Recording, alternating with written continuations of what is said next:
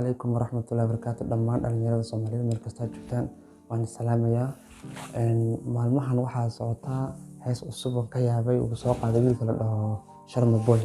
oo run ahaantii aad uga fog fanka Soomaaliyeed iyo dhaqankii af Soomaaliga lagu yaqaan heesooda amaba hadaan raabarato amaba ha ahaato heesaha kale jacaylka.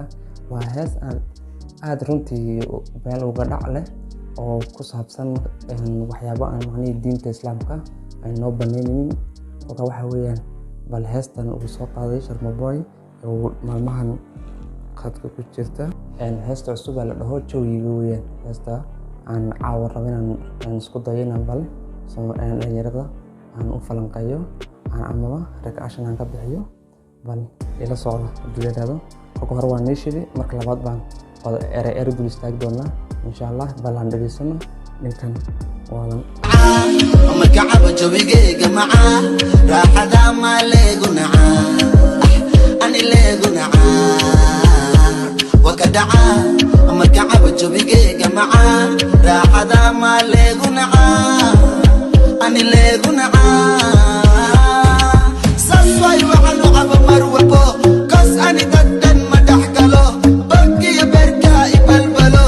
inta wan isku daldalayaya sasway waxaan u cabo kas ani daddan madax galo bankiya berka ibalbalo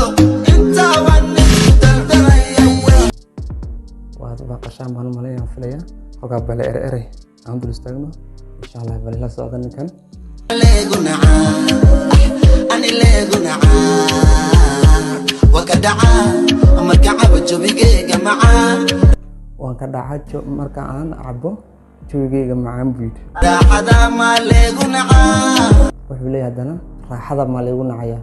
raaxa balal bis waa dhimasho waxan oo wiilkan ku heesayo uu leeyahay markaan cabo jawigeyga macaan baan ka dhacaya raaxada ma leeguna ani leeguna sasway inta fuun ana waliba aanu meel ku saar lahayn laakiin kulma joogno saaxib wakadaca marka cabo jawigeyga macaan raaxada ma leeguna ani leeguna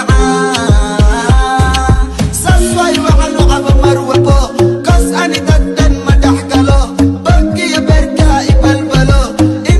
because mar walba waxaan u cabo saas weeyaan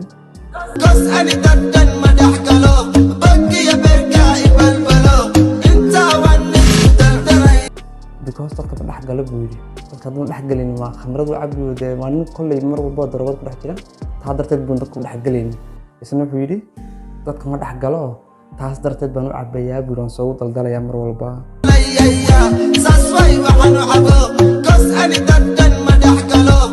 saas weeyaan waxaan mar walba aan u cabayo saas weeyaan taanu mar walba soogo bankiya berka ibalbalo beerkii wadnaha ay balbalaya inta waan isku daldalaya halka waran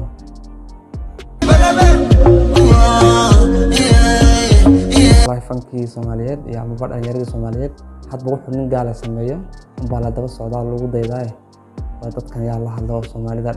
af baan leenahay diin baan leenahay dhaqan baan leenahay afkeena hooyo wixii gaal ku sameeyeen afkeena loo bedelin. السلام عليكم ورحمة الله وبركاته. وأنا سلامت أمانتي.